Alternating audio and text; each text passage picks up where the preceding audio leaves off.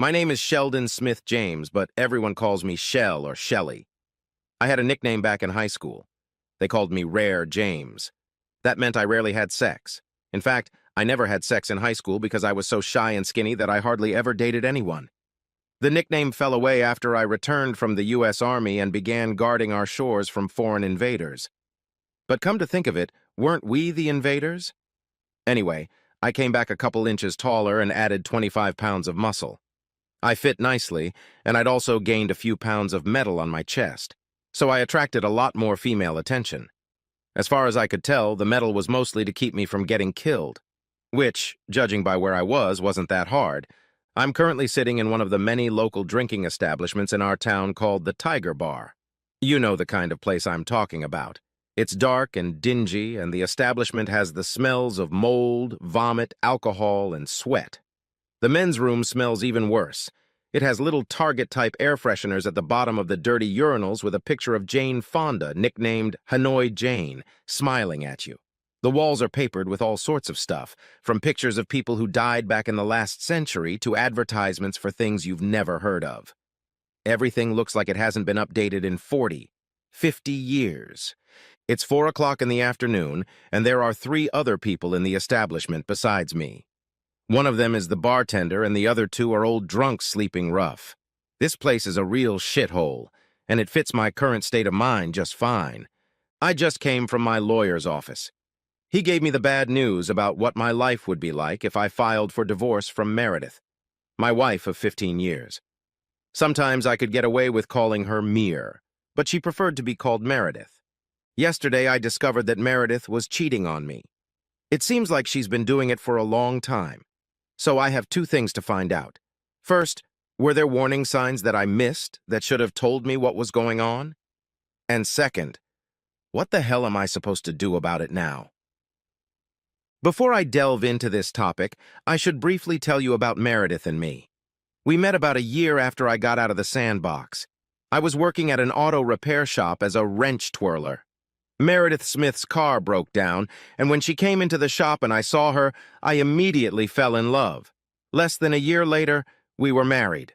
I now own the place where I used to work, which I cleverly renamed Shelley's Auto Repair. It may not have been much, but I was making a decent living. It was enough to keep our 2 kids, James, age 12, and Mary, age 10, fed and clothed. We even had a couple bucks in the bank and a mortgage on a small house we owned.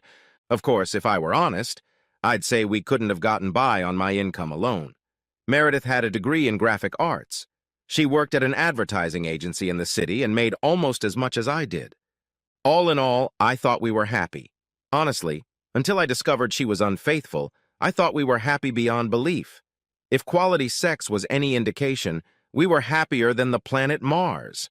Honestly, I don't think our sex life has slowed down one bit in the last 15 years. What's more, it's gotten much better.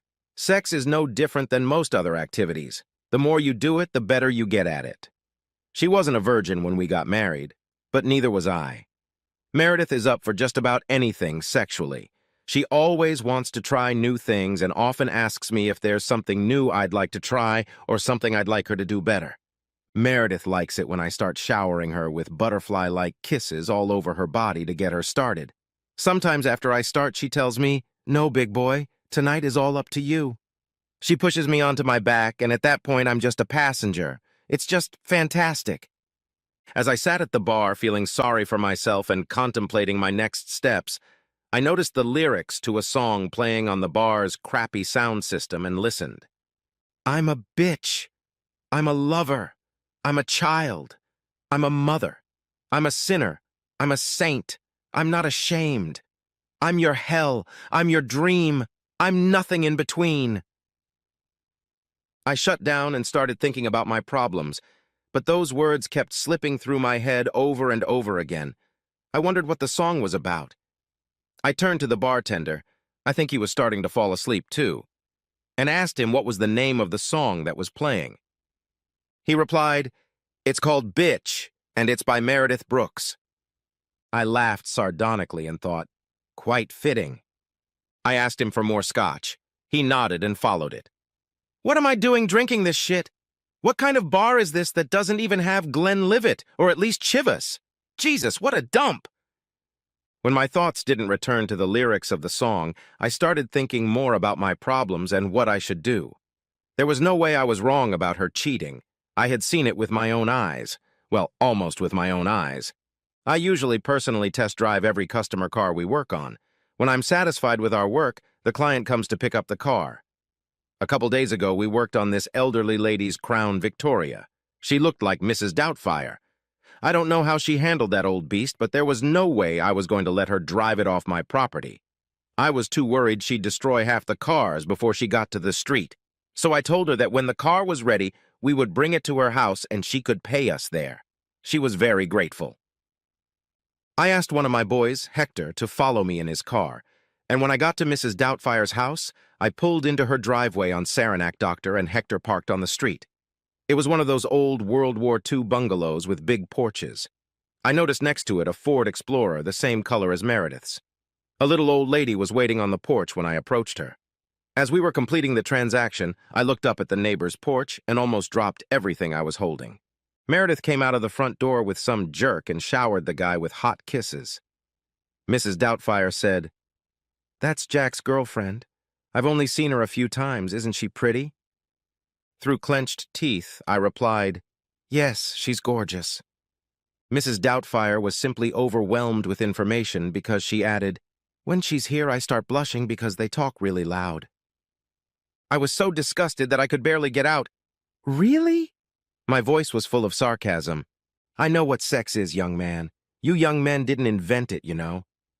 I couldn't help myself, chuckled, and asked if we could go inside to finish the paperwork. I wanted to get inside before Meredith saw me. There was no way I was ready for a confrontation at that moment. A couple minutes later, I heard her Explorer start and pull away. Hector buried his head in his iPhone as I opened his car door. I used to think driverless cars were a bad idea, but with these kids and their electronics, they were probably just necessary. Hector looked at me and said, "What's the matter, boss? Are you as pale as a ghost? Did the old lady pay you in coins?" He laughed heartily at his joke. Hector always laughed heartily. I just told him to take us back to the store and didn't say another word the whole way. I finished my day and headed home. I really needed to think things over before I ran into Meredith, so I tried to act normal when I walked into the house. She heard me come in, and without seeing me, Meredith chimed in, "Hi, baby. I really missed you today. Dinner's almost ready." When she turned around and saw me, she exclaimed, "Oh my God, Shell! What happened? You look terrible!" "I ate something bad. I think I'll skip dinner and go straight to bed." I climbed the stairs, said goodnight to the kids, and went to bed. Pretty smooth on my part, don't you think? The next morning, I went to work early before everyone was even up. I found a lawyer and made an appointment for the afternoon. I wasn't in a good mood, so all the guys left me alone. I told everyone I was leaving after lunch. They didn't argue because I'm sure they wanted me as far away from them as possible. I would have to apologize later. I met with a lawyer and got some bad news. Since I opened my business after the wedding, Meredith would get half. She will get the house until the kids turn 18 and I will get the mortgage. She gets custody of the kids and I get to be a part-time dad and pay a lot of child support. See how everything is split 50-50ths in the no-fault state? Meredith could cheat with the entire 4th Infantry Division and it wouldn't mean a thing. There was one bright spot, though. Since our incomes were about the same, I'd probably only have to pay a nominal amount of spousal support. That's how I ended up on the bar stool in this hole-in-the-wall bar, drinking crappy scotch, watching the sleeping drunks, and listening to that damn song. I still didn't know what I was going to do, but I realized I couldn't face Meredith without losing my mind. I had to think this through. So I pulled out my phone and sent 2 texts. The first was addressed to Julie, my office manager. Basically, I informed her that I would be gone until Monday and could not be contacted until then. She could run the business until I returned. I've never done this before, so this should cause a flurry of activity. The second message was addressed to Meredith. It simply stated, "I'm going away for a few days. I need some time to think. Please don't try to contact me. Tell James and Mary I love them and I'm sorry." And I immediately disconnected my phone.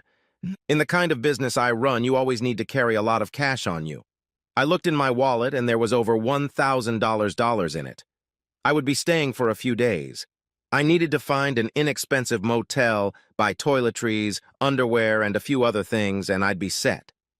I spotted a motel across the parking lot from the Tiger Bar. It didn't look any better than this place, but it had to fit.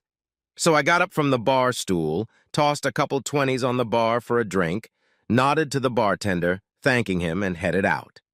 I would have loved to stop at a better place, but then they'd ask for a credit card to pay for incidentals, and that meant someone might discover me. Perhaps it was paranoia on my part, but I knew that the motel was cash only and didn't care how many John Smiths were registered. Meanwhile, around the same time, Meredith James checked her messages and was stunned to see a message from Shell. "Oh my God, what happened?" she said out loud. She quickly tried to call, but Shell's phone went straight to voicemail. She texted him, "Shell, you're freaking me out. What's wrong? Call me, please." Maybe something terrible happened at work, she thought, and decided to call Julie. Julie and Meredith were close friends. Maybe she could tell her what had happened. When Julie picked up the phone, Meredith practically screamed at her. "Julie, what's going on, Shell? Did someone get hurt?" "Meredith, I don't know what's going on.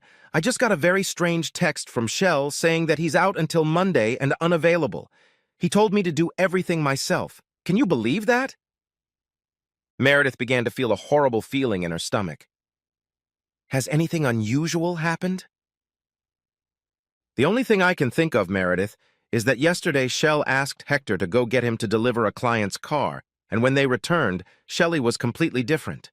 It was like he was in a daze, and this morning he was a real bear, told everyone he was leaving, and then sent a text. And I don't know, Julie, something is really wrong. Did Hector say anything?" "Well, I overheard the guys picking on Hector. They thought he was to blame for Shell's mood. Hector said he didn't do anything. Hector told them that they had abandoned a customer's car outside a house on Saranac Doctor and—" Julie was still talking, but Meredith had already passed out. Meredith regained consciousness as James and Mary were shaking her.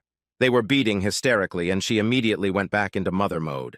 They needed to finish their homework, feed them dinner, and get them ready for school tomorrow. At least it was Friday, and she'd have time over the weekend to think about how to mitigate the damage she'd done. After putting the kids to bed, she made arrangements with her folks to keep the kids for the weekend. This was easy to do because James and Mary loved spending time being pampered by her in-laws, who loved their grandchildren more than anything. As she put them to bed, she told them that their father had to leave for a few days for work. It didn't make sense since Shell was home every night, but they were young enough to believe it and were looking forward to the weekend. Before going to bed, Meredith tried to leave another voicemail, but Shell's answering machine was full. So she sent him another message. It read, "Shell, I know you saw me yesterday. I'm sorry you had to find out this way. If you don't want to talk to me, please text me, just so I know you're still alive. You probably won't believe me, but I love you more than life." Sitting on my bed trying to figure out what to do next, I decided to download Bitch so I could listen to the song in its entirety.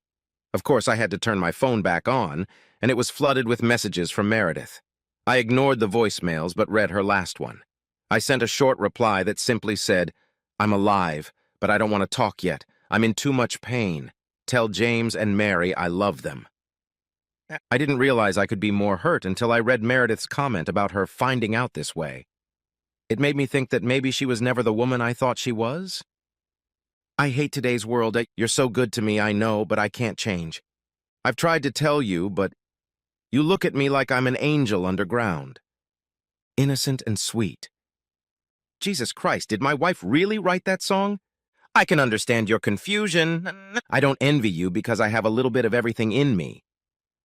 The only sensible thing I've done is stop drinking. My drinking wasn't going to help anything. I planned to be away from home for a few days to sort out my feelings, so in the morning when everyone left, I planned to go to the house to pack clothes. The kids were in school at 8 in the morning, and Meredith went straight to work. I tried to get some sleep, but it didn't come easily. I thought a lot about the time when we first got married. I always thought I'd have a marriage like my parents. You know, the working man who provides for the family and the mother stays home and raises the kids. But my marriage was never like that. In fact, before we got married, Meredith was afraid she was going to lose herself. She didn't want to be just a wife or a mother.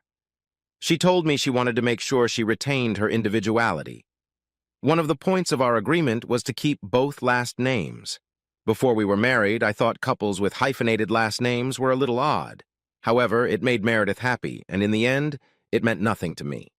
As our marriage matured, I realized she was much more complicated than I was. Aren't all women? As for men, we stop developing when we are about 12 years old. We get fatter and hairier, but at 12, what you see stays with you for the rest of your life.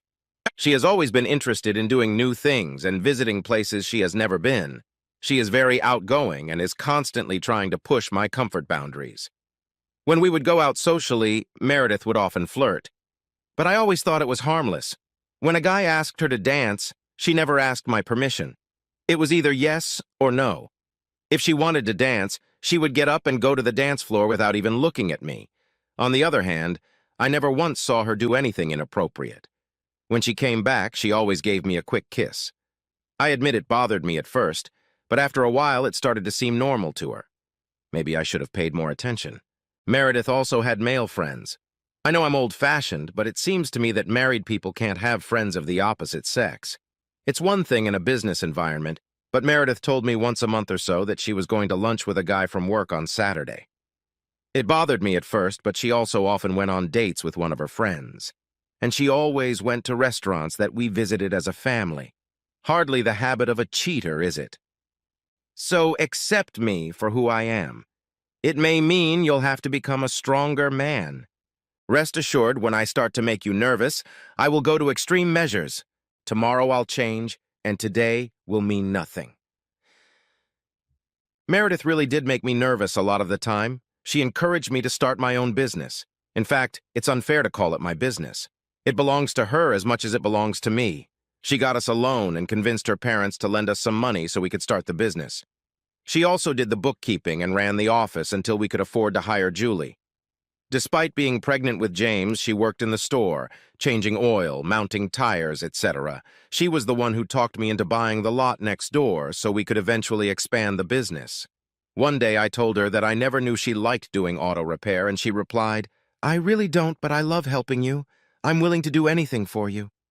You must be relieved to see her softer side. I can understand how you could be so confused. The song kept popping into my head. I know everyone has a song stuck in their head from time to time, but this one was different. It was like the singer was speaking directly to me. But what was she trying to tell me? I still couldn't sleep, thinking more and more about our sex life.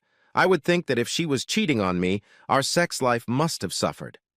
One of the guys at work, who was recently divorced after finding out his wife had a lover, told me that he hadn't had sex with his wife for 4 months before he discovered her infidelity. But like I said, our sex life was fantastic. The only problem I saw was that Meredith sometimes wanted me to be very rough with her during sex. I always had a problem with that. I tried, but it wasn't the right way to treat my wife. She would say she wanted me to torture her, spank her, and things like that. She asked me why. When I came home from the store, I never pulled down her pants, bent her over the couch, or had her. I told her that was hard to do with 2 small children in the house. I'm a bitch. I'm a lover, I'm a mother, and I have no shame. The clock read 2:35, and I still couldn't fall asleep. Meredith was a great mother. Our friends joked that she was the professional mom in the neighborhood. But when she was pregnant with James, she was terrified. She didn't worry much about being a good mom. I, on the other hand, was terrified of being a good father. Meredith was afraid of losing herself. I would often catch her in tears on the couch, worried that I would only think of her as a mom. I would hug her, trying to comfort her as best I could. The only argument we had before the pregnancy was about her staying home. She told me she could never do that, and me, being a traditionalist, thought it was better for her to be home with the kids. My kids didn't have to go to daycare. I knew she would be a great mom, so I agreed to give it a try and see what happens. She agreed that if it didn't work out, she would find something else to do. With both children, Meredith worked right up until the day before she gave birth. She returned to work a few weeks later. She had no problem providing childcare for the children. She was a professional mom, and the kids seemed to thrive. She also helped me become a better father. She had me participate in their activities. She also made sure I had to take care of them when they were little. She used to tell me, Shelley, I know you won't like exploding diapers, vomiting, or incessant crying, but if you don't, you will regret it for the rest of your life. And there were many moments in my young life when I thought I had become a man, including my time abroad. But I knew the exact moment I became a man. One day I came home from work a little early because Meredith had left me a message that the daycare said James wasn't feeling well and she was on her way to pick him up. As I opened the door to the house, I heard the baby crying and Meredith sobbing in the nursery. I saw baby diarrhea in the hallway and kitchen. The baby's car seat was on the counter covered in crap. In short, it was a complete disaster. The thought occurred to me that if I just quietly turned around and left, no one would ever know I was here. But I couldn't. So I yelled, "Meredith, I'm home. I'm going to start cleaning up in here, and then I'll meet you in the baby's room." At that moment, I became a man. I think if this were just a story, Meredith would have been so grateful that she would have slept with me that night until I couldn't blink an eye. But what really happened was this. She fell asleep in my arms around 7:30. I put her to bed and got busy with baby James, who woke up 3 times during the night. I had a great relationship with my kids, and I know it was because of Meredith. You know you wouldn't want it any other way. Finally, I fell into a heavy sleep. The next morning, I drove to the house. After making sure no one was home, I went inside, packed my suitcase with my suits, and at the last minute grabbed the wedding book Meredith had put together.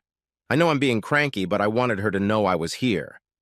30 minutes later, I was on the ground and on my way back to the Shangri-La Hotel. I kid you not, that's what it was called.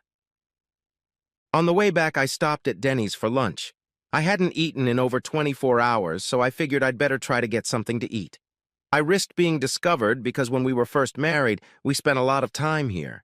It was the only place we could afford. I have a lot of good memories with it. I ordered my food and started thinking about how Meredith could give up everything we had. We had been through so much, and she had just broken her marriage vows. I walked back to the car and pulled out a book. I opened the book because I knew that inside was a copy of each of our vows. My vows were the standard love, honor, and obey vows, but I remembered that she wanted to write her own. I found the card with her vows on it and read it. I, Meredith Smith, promise you the following from this day forward. I will laugh with you in joy and comfort you in sorrow. I will share your dreams and support you as you try to reach your goals. I will listen to you with compassion and understanding and speak to you with encouragement. I will stay true to these vows for better and for worse, in sickness and in health. You are my best friend, and I will love only you. I was shocked. She had never said she would be faithful to me, only that she would be true to her vows. Oh my God, she's been cheating on me our entire marriage. I never really knew her. I'm a sinner, I'm a saint, I'm not ashamed. I'm your hell, I'm your dream, and I'm nothing in between. What the hell am I supposed to do now? The stupid song plays in my head again. It might mean you'll have to become a stronger person. I thought about it for a few minutes and finally realized what was meant. I had made a decision. It was time to talk to her. I wasn't going to hide or play games anymore. If I never knew who she was, it was about damn time I found out. I called her cell phone. She answered right away and stated as if nothing had happened, "What do you need, Shell?" I'm sure she thought she would catch me off guard with her statement, which was very different from her previous pleading messages. I knew she was mad at me for hiding, and I knew she was right. But what she didn't know was that I was tired of being a victim. I want to talk to you. Meet me at Denny's tomorrow at 12:30 for lunch so we can decide what to do next. I replied just as calmly. You want to meet at the Denny's? Really? Said Meredith, clearly shocked. Yes, I'll see you tomorrow at 12:30. I quickly hung up. I got up, paid for my food, and headed back to my Fleabag motel. I threw myself on my bed and fell asleep like a baby, not waking up until 9:30 the next morning. I felt calm and rested as I prepared to meet Meredith at the restaurant.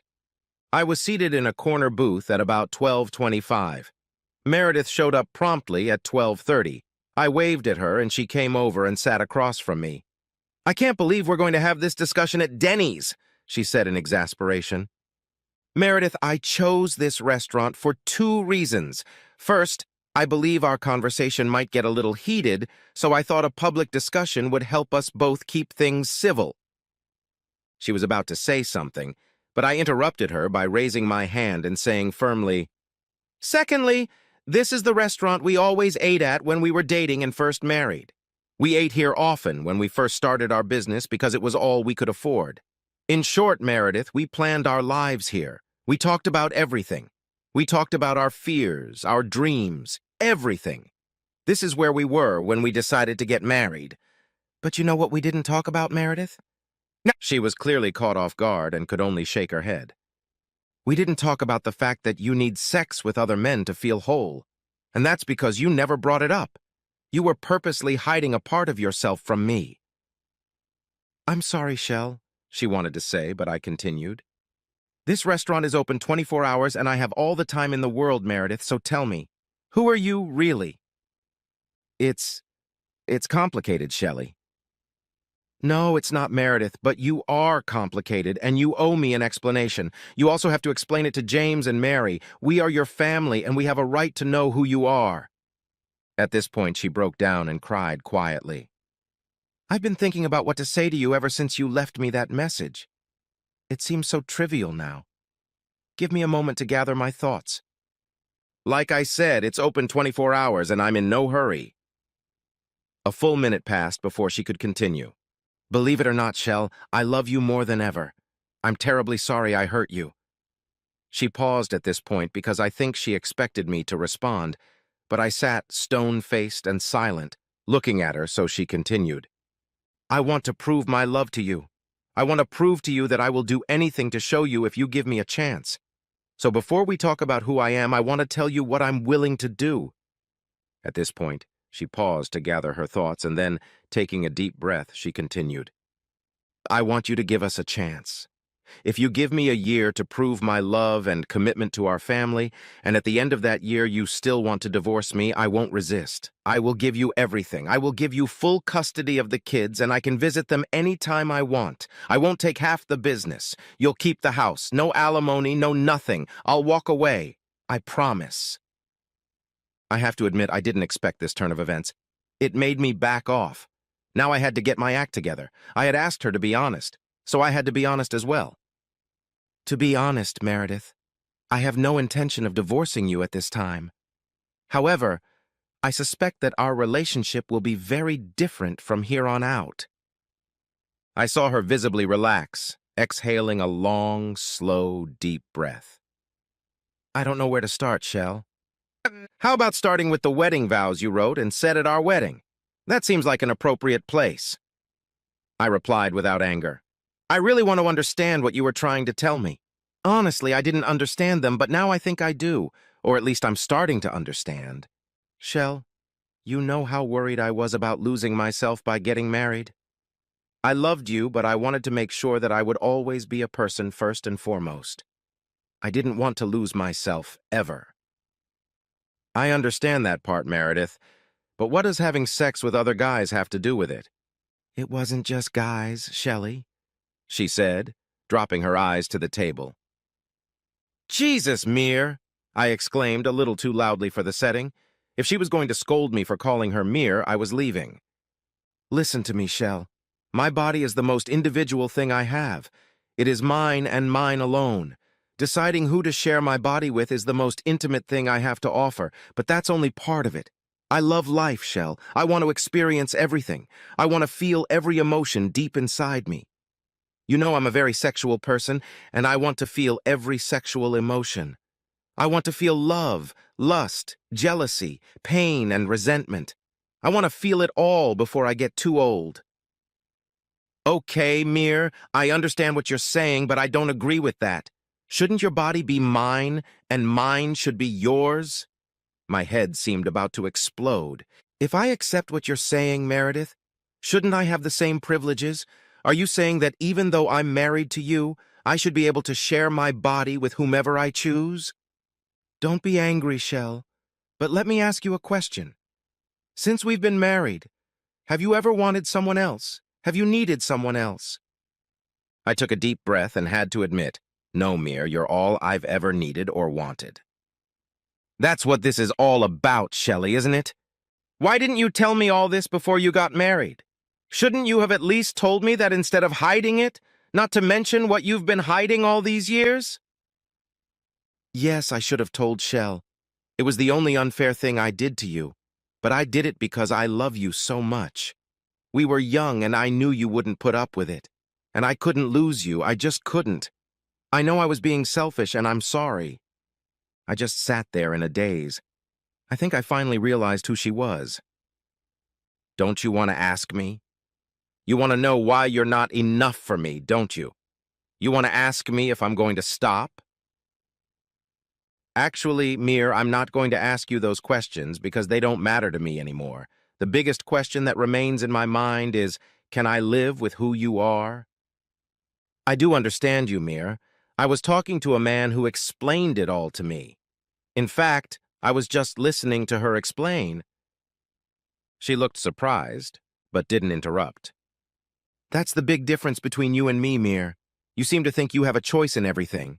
You choose who gets this or that part of you and when. You put your wants and needs above all others. You can play different roles whenever you feel like it. But I was never given a choice.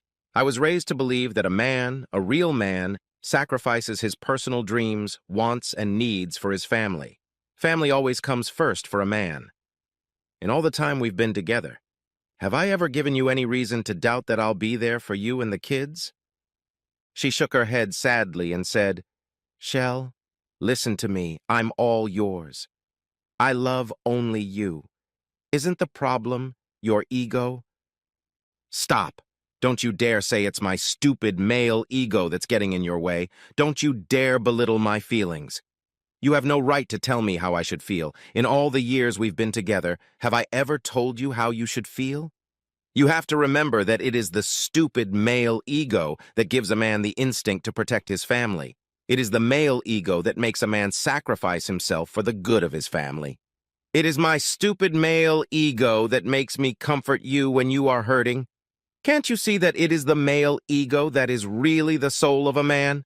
Shelley, I didn't mean to call your ego stupid. I just want to make sure it doesn't get in the way of our decision to stay together. I'm sorry I keep saying sorry. We both had a good laugh at that statement. It helped ease the tension, and we decided to hold off on further conversation until we ordered our food. The waitress somehow guessed to sidestep us, and I had to wave her off. In the middle of the meal, Meredith started crying again. You know, Shell, I just realized that this is the booth we were sitting in when I told you I was pregnant with James. I already told you why I chose this place, Mir. I wanted you to realize what you were risking. Are we going to be okay, Shell? I don't know, Mir, but I'm not going to leave you. I'll come home and we'll decide where the hell we're going next. I'm a bitch, I'm a tease, I'm a goddess on my knees. When you're in pain, when you're hurting, I'm your undercover angel. I'm numb, I'm alive, you can't tell I'm not alive. 5 years later. A lot has happened in the intervening 5 years. I've tried to make things work with Meredith, I really have. I agreed to her condition of giving her a year to prove her love for me. And at the end of the year, I sat her down at the table and told her I couldn't do it anymore. We were too different. To her credit, she did her best to prove her love to me and the kids. I never had any doubt that she loved all 3 of us. Did she have sex with other people during the year? I don't know. I assume she did, but I never asked her about it. I reasoned that if I was going to stay with her, I had to put up with her behavior. Maybe I was naive, or maybe I was becoming more of a 21st century guy. Absolutely not. The real reason for the breakup was that I needed my wife to be mine and mine alone, and Meredith could never give me all of herself. She was always holding something back. We both loved each other and always would. We just couldn't live together. It was that simple.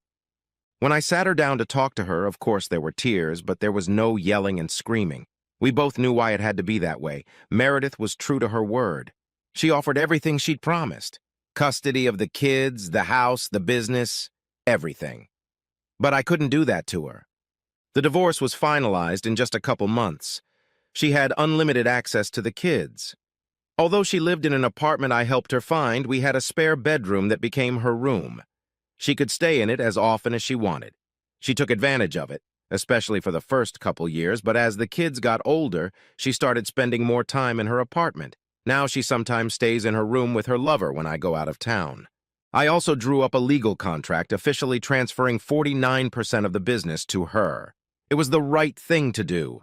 This contract also stipulates that if anything happens to me, she gets 100%. The funny thing is that Meredith comes into the store at least 2 days a week and spins wrenches with the rest of us. She loves doing it, and we love her presence. James and Mary help out sometimes, too. And what's really interesting is that Meredith has a new lover, my office manager, Julie.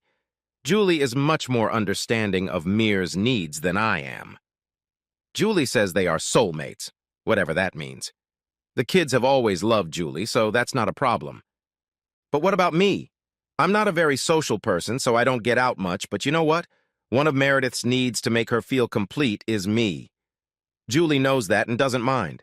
My life is by no means perfect, but it could be a lot worse. After all, I'm a pretty lucky guy.